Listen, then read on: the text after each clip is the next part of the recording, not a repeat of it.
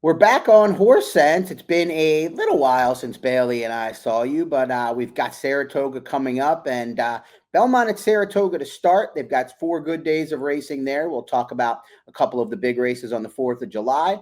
And we're going to start out talking about the Indiana Derby, a race I've been to once. Not sure if Bailey has, but pretty fun event. Looking forward to chatting with Bailey on Horse Sense coming up next.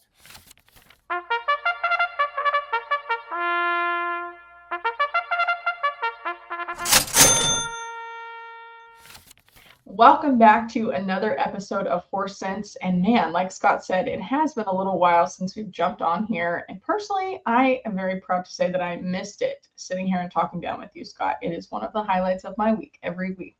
So very glad to be back this week, covering all things Belmont at Saratoga, Saratoga July 4th Racing Festival. And it has so many names with some of these formerly run at Belmont races. I think I just have been calling it Bellatoga in my head, kind of mashing up the two of them, and it makes me laugh every time I get to. Plus, like you mentioned, the Grade 3 Indiana Derby at Horseshoe, Indianapolis. We've got some good ones to talk about today. I know that there's a couple horses in here that have stumped me a little bit, a couple horses that I'm excited to talk about, and some good wagers. But before we get into those, we've got pretty much a slew of promotions at every big action spot this weekend. We've got 5 times points at Saratoga on Friday and Saturday, July 4th and July 5th.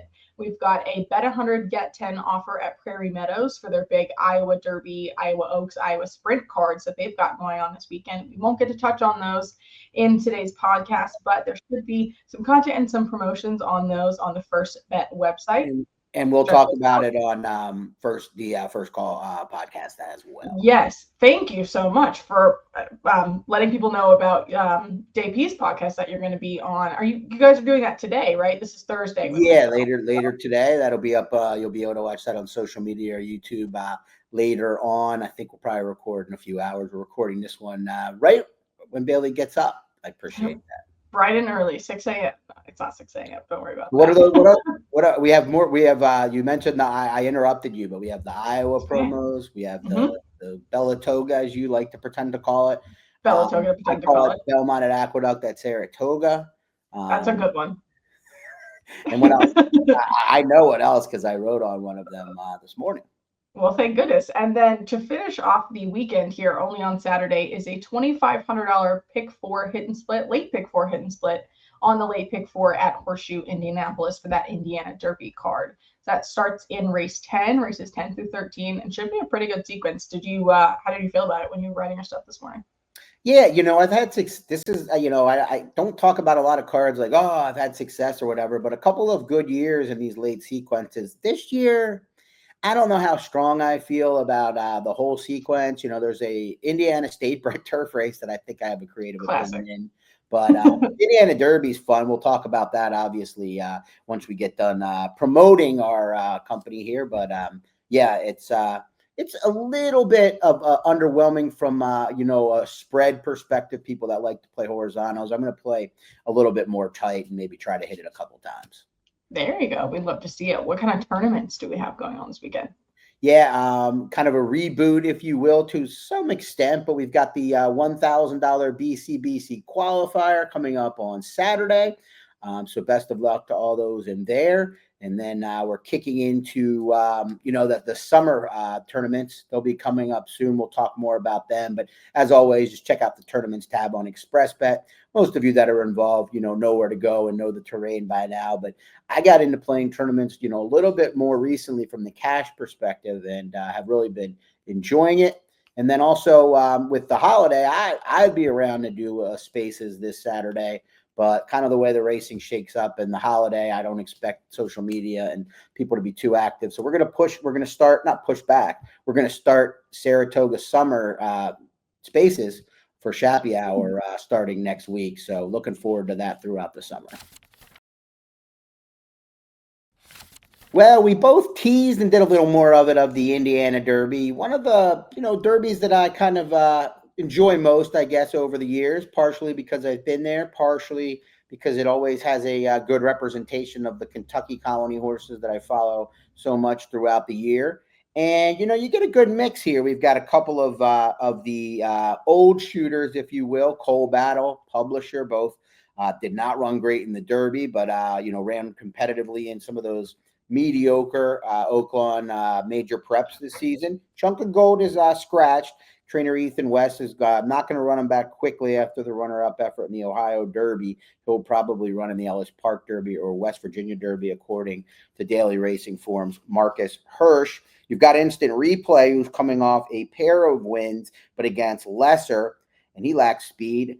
You've got Tip Top Thomas, who will try 2 turns for the first time for Todd Pletcher, who's only started one horse at Horseshoe Indianapolis over the last 5 years, and it wasn't on the dirt. And then you got Big Truz, the true new shooter here, who just has 1 win, but has run against very good fields and has run big numbers and has the pedigree to stretch out. So lots of different options in here. I think Cole Battle is listed as the morning line favorite. Obviously, the prices will go down with Chunk of Gold, one of the favorites, going to scratch, as I've said. How do you see it there, Ms. Armour? Well, thank you so much for that wonderful setup, Scott. I like this one. I definitely want your help here. I think I'm pretty set on the number 3 Cole Battle as my top choice overall in an exacta. We'll stick to an exacta and keep it simple because I'm a big fan of exactas. And if you don't have to complicate it, then why would you? I hate that he's the 7-2 morning line favorite. Do you think that we can get close to that price on Saturday? Like, how much fluctuation do you think we're going to get as someone that has, you're very familiar with how odds day changes come out. Do you think that we can stick with 7-2? It's going to be tough only because of the scratch of Chunk of Gold. I mean, that's really going to hurt it. But, looking at the morning lines, I could see Instant Replay taking some money for the Cox Barn. I don't know if I can expect him to go off shorter than, the known Derby commodity in Cole Battle. Yeah. I do think Big Truz is going to take a lot of money. That's the horse that I like, and I'll talk about that more in some of my other work. But I don't think he's going to end up being 9-2. But I do think it's going to be a little bit difficult to get more than 7-2 on Cole Battle. That said, though, I don't think there's enough steam on where he's just going to be this heavy favorite. So shouldn't be too much lower than that. Maybe 3-1, 5-2 at the lowest. And you never know if he's chilly on the tote board either. Yeah, I would even take 5-2. I hope he stays in that 7-2 neighborhood, but 5-2 wouldn't be bad. But underneath him is where I'm kind of stuck. And I keep coming back to, I've looked at this race a couple times now. I keep coming back to the number 6, Tip Top Thomas, which is kind of hard to say. Like you mentioned, this is only Pletcher's second start here at Horseshoe Indianapolis in the last 5 years. And the last one was on turf, right? Not even on Dude turf. in Colorado. Dude in Colorado. That you were a dude in Colorado. That's a good throwback. I feel like on paper, I'm very intrigued by this horse's chances, especially at 6-1 underneath Cole Battle or Big Truz if we go your way. But I feel like there's something I could be missing. Maybe there is, maybe there's not. I don't know. Second in the Champagne to Chance McPatrick, who has been very solid, obviously, in that race ahead of the horse that won the Ohio Derby at a solid price on June 21st, Moplex. He's really our only speed horse in the race. The 6 Post is my favorite at almost any racetrack. But the way that they've been running him, sprint to route to sprint to route, and then stretching out around 2 turns today for the first time. He's been short-priced odds, but how can I make the most sense of him in my tickets underneath Cole Battle? Well, I think from a class perspective, he fits fine. He's competed, like you said, with the likes of Chancer McPatrick. That Keeneland race that he comes out of, Retribution, has turned into a decent horse, or better than decent one. I think the Chick Lang, right, at was the Chick Lang on Preakness Day for Cherie. Gunmetal was underwhelming when we saw him in the Woody Stevens, but that was the best race for that level. This level in the country this year, 3-year-old sprinter. So my concern with Tip Top Thomas would be the fact that Todd has had 4 starts with him already and has yet to stretch him out. So clearly stretch him out to 2 turns. Those 1-mile races, remember, at Aqueduct are 1-turn races. So Todd has been leery. Now, maybe you can make the excuse that he hasn't been able to put 3 races in succession together, which he's kind of doing here. He's had a little bit of, you see lines in the PPs a little bit, but basically has finally putting 3 races together, has built up to this. But you look at the pedigree, volatile. We know he was a sprinter. You got the consolidator on the bottom side, kind of sprinty. So that would be my concern with him. It's a mile and a 16th. So, it's the best case scenario outside of, a Gulfstream mile and a 16th type race, which is a shorter stretch, or Oaklawn. I guess the key to the race, though, is, you got Master Controller, who I think has to go on the inside as a long shot. Has to. Yeah, you got Shan, who's a sprinter. I mean, he might just be totally outclassed. So I think for Tip Top Thomas to get the distance, at least knowing that he's going to get the distance, he's going to need to avoid a quick first half mile. And Johnny V is likely to be aggressive just the way he rides. So the negative for me would be Tip Top Thomas's ability to get the distance. The positive is, the barn shipping in here. Clearly, maybe he's had this on the calendar. Hard to know. I would think so, right? Yeah, I mean, if he wins this race, you might start to point to, the bigger races in the summer and see what he's got, because it'll show he has the 2-turn. And if not, you can go to a race like the Curlin, maybe in the if you still want to try 2 turns at Saratoga, which is restricted for non-graded stakes runners. So kind of a up in the air, but I don't, unless the Pletcher name gets Brett, this horse should be a decent price, and your exacta should be decent. We're going to go Cold Battle over Tip Top Thomas. What do you think? I don't hate it at all. Big Trust to me is probably either going, to prove much better than these, with the ability, with kind of the lack of races. And that helps Tip Top Thomas as well. Cold Battle, Publisher, Instant Replay have run a lot more this year. The experience could help them, but they could be tired horses to an extent, whereas these horses are, lighter race, but they haven't proven it. So I think it's good. If you're going to toss Big Truz on top, there's no reason to think that he has to run second. Then it's not a situation like that. So good play. Well, we've mentioned the word Belatoga. Bailey has, and I even said it. We've talked about Belmont at Aqueduct at Saratoga. We talked about Saratoga's 4-day summer racing festival here.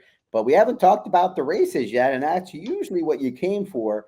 So let's talk about the 2 biggest races on the day tomorrow, the 4th of July. We're recording this on Thursday morning. These races will be Friday evening, 5:45 and 6:19 p.m.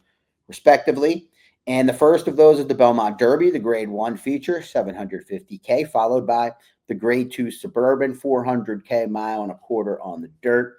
And they make up, as always, and pretty much anywhere these days, you can play a daily double here between the 2 races. Thought this would be a good topic for our second sequence, maybe building some tickets on Bailey's opinions. And we'll start with the Belmont Derby, Bailey, a mile and an eighth. You've got the likes of Final Gambit, the 4th place finisher in the Kentucky Derby, was made the 5-2 favorite. You've got New Century and Test Score coming out of underneath finishes in the American Turf. You've got World Beater coming off a perfect trip in the Audubon.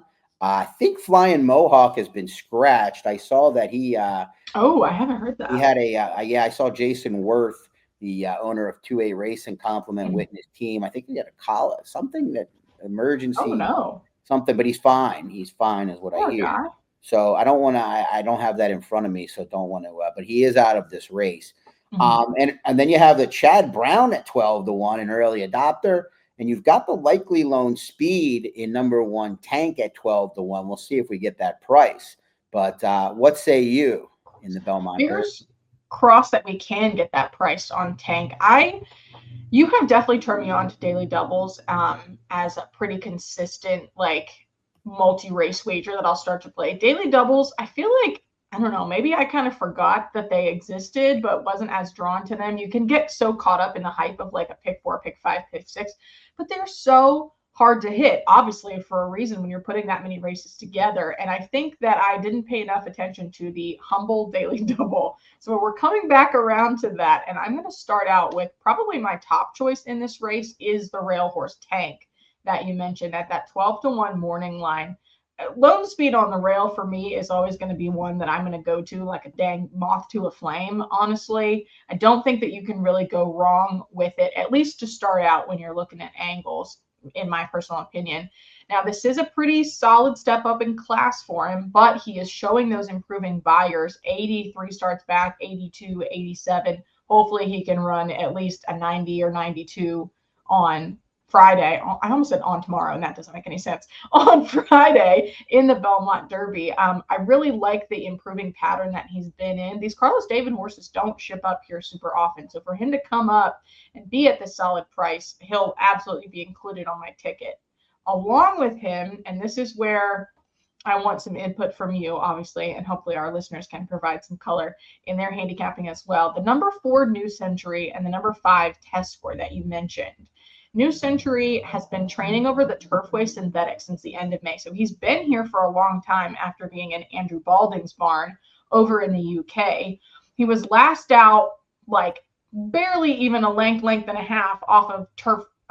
One of the best turf routers in training right now, Zulu Kingdom, a length and a quarter off of him last out. And then Oisin Murphy comes over to ride instead of Irad, who's got him his 2 wins here in the US in that grade 1 summer at Woodbine last fall when he was younger.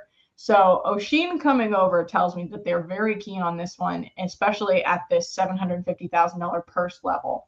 But the number 5 Test Score, obviously we know that Graham Motion knows and likes this race because he just won it last year with Tricari. Manny Franco rides him pretty well, and he won the Grade 3 Transylvania at Keeneland back in the spring, but it was kind of a slower day. Like their final fractions were a little bit slower than they were in the middle of that race. So I think Test Score is one that I'm a little not hesitant, but could use some input on whether or not I should include him in my double alongside the 1 and the 4.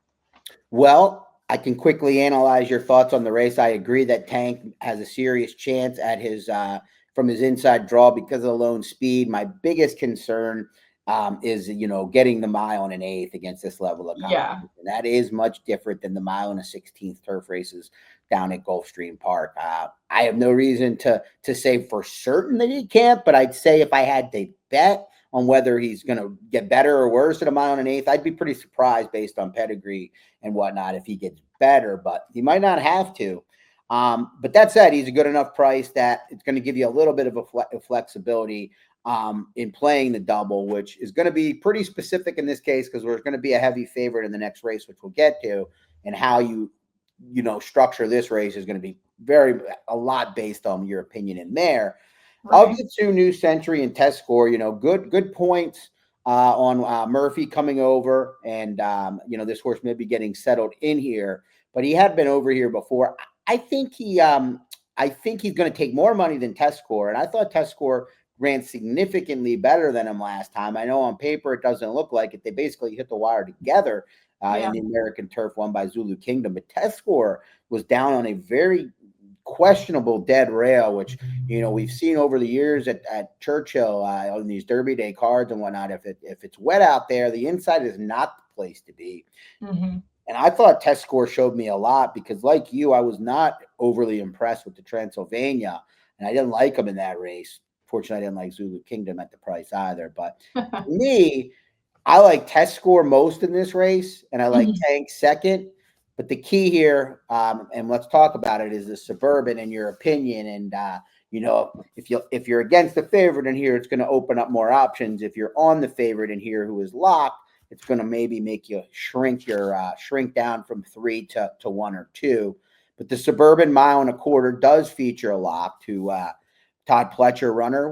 He's at Indiana for the second time in 5 years. We've seen him at Saratoga quite a bit over the years. Plenty. We also saw Locked debut there, and he wasn't even bet on debut, running second to Just Steel. But since then, he's been heavily backed at the windows.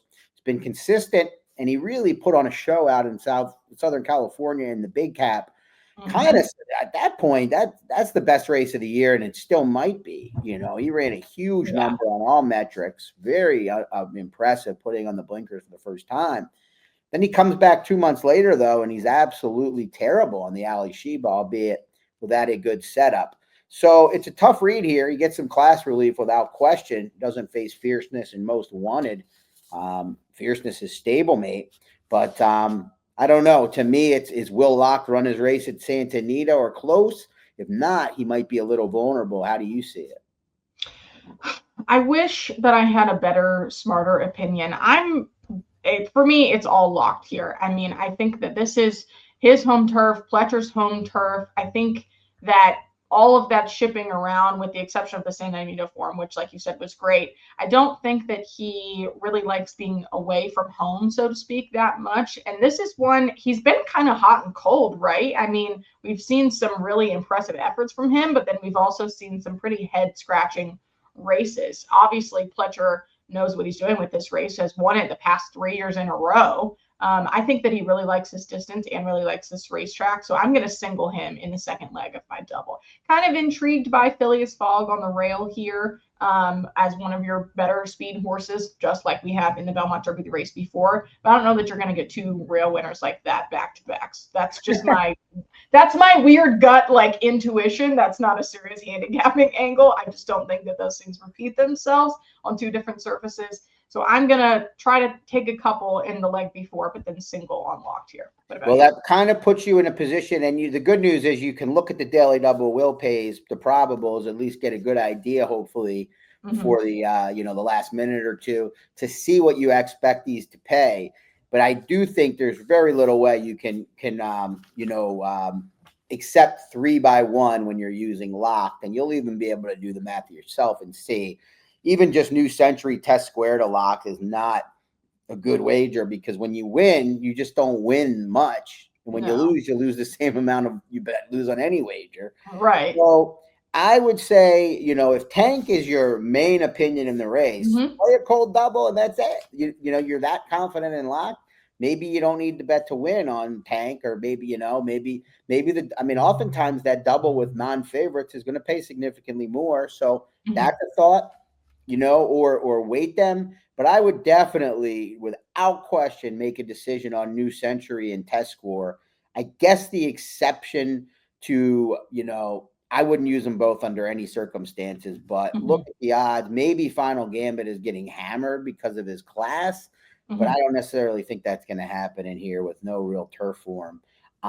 So to me, I would cut it down. I would probably recommend, playing Tank. You don't have to seem that super strong on the other ones, but if you think New Century is, here for a reason, to me, you probably think he's good enough to run down Tank, who's really never, done it a mile and an eighth. So that would be my advice there. Obviously, if you were willing to try to beat locked, and I'm going to try to do it with Awesome Aaron. Again, I'll talk about that more on the podcast with Jeremy Plonk and in some of my writing. But Awesome Aaron, I think, is the second choice and would be quite a separator in horizontals, even as the second choice. But hopefully that helps. As always, thank you so much for watching another edition of Horse Sense. I'm Bailey Armour and was joined alongside the world-class Scott Shapiro as we're back this week with some Horseshoe Indiana action and some races from the Saratoga July 4th Racing Festival.